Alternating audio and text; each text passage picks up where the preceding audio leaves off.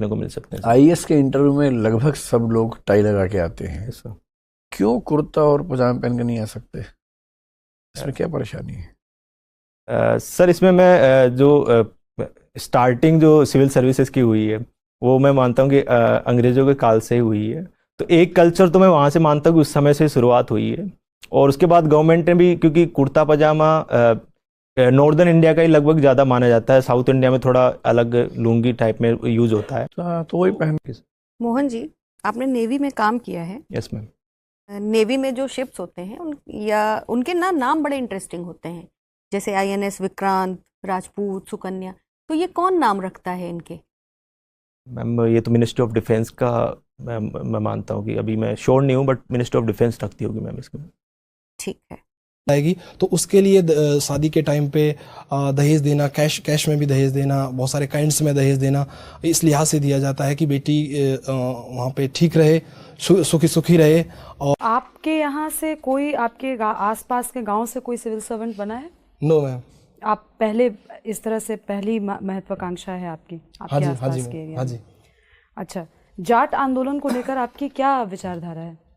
मुझे लगता है मैम कि जैसे भी national commission for backward classes ने भी ये बात कही है कि जाट जैसे जो ग्रुप्स हैं वो इकोनॉमिकली सोशली काफ़ी डोमिनेंट पोजीशन में हैं, तो उनको रिजर्वेशन देना मुझे लगता है वाजिब नहीं होगा। अच्छा, आपके यहाँ आपके घर में आपके पिताजी खेती करते हैं?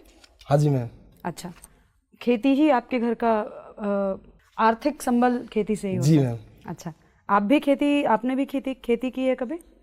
Ma'am as such active involvement तो नहीं हो पाया है, क्योंकि मैं 6th क्लास से बाहर पढ़ रहा हूँ मैम, तो छुट्टियों में जाता हूँ, तो ऐसा इन्वॉल्वमेंट नहीं रहा है मैम ओवरऑल।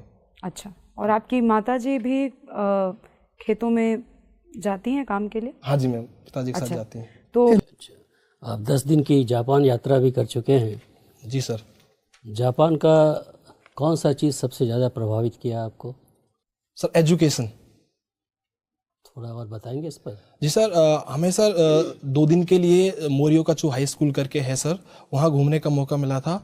तो वहाँ पे एक जो होलिस्टिक डेवलपमेंट जिसकी हम बात करते हैं कि स्टूडेंट्स को एक होलिस्टिक एजुकेशन प्रोवाइड की जाए, वो सारा हमें वहाँ पे सर कुछ देखने को मिला।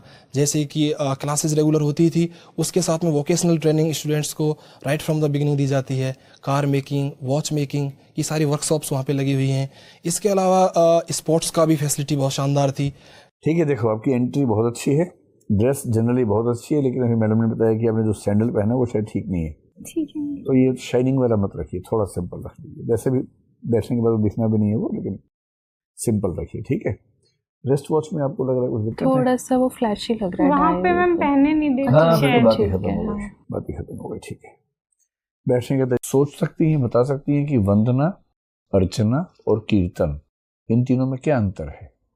ये पूजा की 3 विधियां हैं। जी सर। अनुमान से बताइए।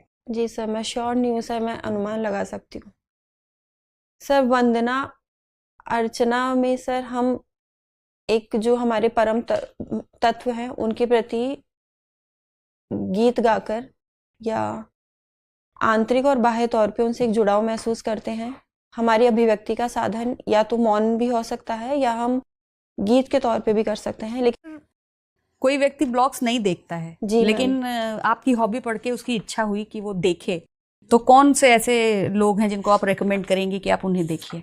मैम मैं पहला उन्हें वीज़ा टू एक्सप्लोर एक चैनल है जो हरीश बाली जी द्वारा चलाया जाता है, तो मैम मैं वो रिकमेंड करूँगी, क्योंकि मैम वो न सिर्फ उस जगह के बारे में बताते हैं बल्कि वो वहाँ का जो लोकल कल्चर है, वहाँ का खान पान, वहाँ की वेशभूषा और वहाँ के लोग किस प्रकार से अपना जीवन यापन करते हैं वो सारी जानकारी देते हैं। तो उनके व्लॉग्स देख के वहाँ ना सिर्फ घूमने का मन करता है बल्कि और नई नई चीज़ें जानने का भी अवसर प्राप्त होता है। ठीक है। क्वेश्चन आपसे ये है कि पद्म पुरस्कार किस लिए मिलते हैं या किनको दिया जाता है?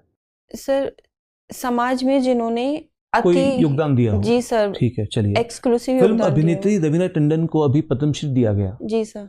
उनका कोई एक ऐसा योगदान बताइए मुझे आप, जिसके लिए उनको ये पुरस्कार मिलना चाहिए था।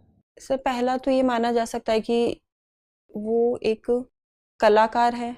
तो सर ऐसे बहुत सारे कलाकार हैं सर, इस बारे में जानकारी नहीं है सर, मैं देखूंगी। चलिए, थैंक यू।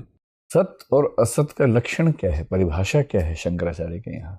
सर यदि मैं गलत नहीं हूँ तो सर सत वह है जो चेतनवान है या चेतनावत है, जो असत नहीं कहा जा सकता, और असत वह है जो सत की श्रेणी में नहीं आता है, जो जड़ स्वरूप। शंकर ने कहा मुझे कोई 5 सॉन्ग्स के नाम बता सकती हैं जो जिंदगी पे लिखे गए हों? मैम एक तो लता मंगेशकर जी का है जिंदगी हर कदम एक नई जंग है, और मैम एक है जिंदगी एक सफर है सुहाना, यहाँ कल क्या हो किसने जाना।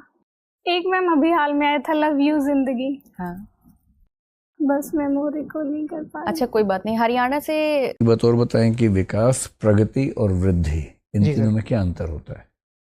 जी सर। सर वृद्धि जो होती है मेनली इकोनॉमिक ग्रोथ के टर्म्स में देखी जाती है। ठीक है। अगर पर कैपिटा इनकम बढ़ रही है तो उसे वृद्धि के टर्म्स में हम डिफाइन करेंगे। और अगर हम विकास की बात करें तो सर विकास के कई आयाम होते हैं।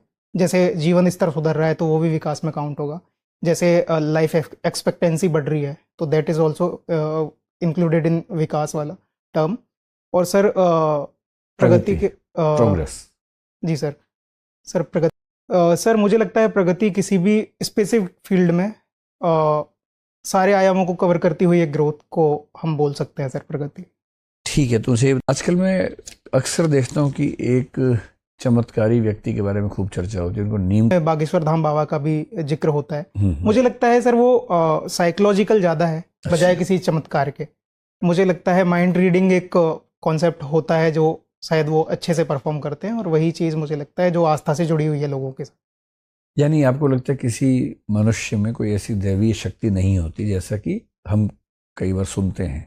सर अभी प्रमाणिक तौर पर तो कोई ऐसी चीज़ सामने आई नहीं है, तो मुझे लगता है कि होती नहीं है सर कोई भी चमत्कारिक शक्तियाँ। अच्छा। जी सर। तो आपका वैकल्पिक विषय तो इलेक्ट्रिकल इंजीनियरिंग ही होगा मेरे ख्याल से। नहीं सर, हिंदी साहित्य।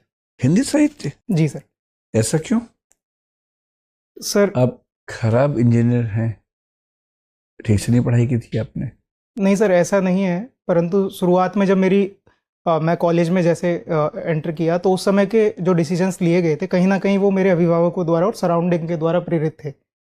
तो मैं जब कॉलेज में गया तो सर मैंने अपने आप को पाया कि मैं किसी और फील्ड में बेहतर कर सकता हूँ। जैसे मैं अज़हरुद्दीन जी सर, ये बताइए कि आपकी 3 क्वालिटी कौन कौन सी है जिसकी वजह से आईएएस बनना चाहिए? सर चूँकि मैं स्पोर्ट्स बैकग्राउंड का रहा हूँ तो एक टीम वर्क और परसिवरेंस, मैं काफ़ी समय से तैयारी में हूँ।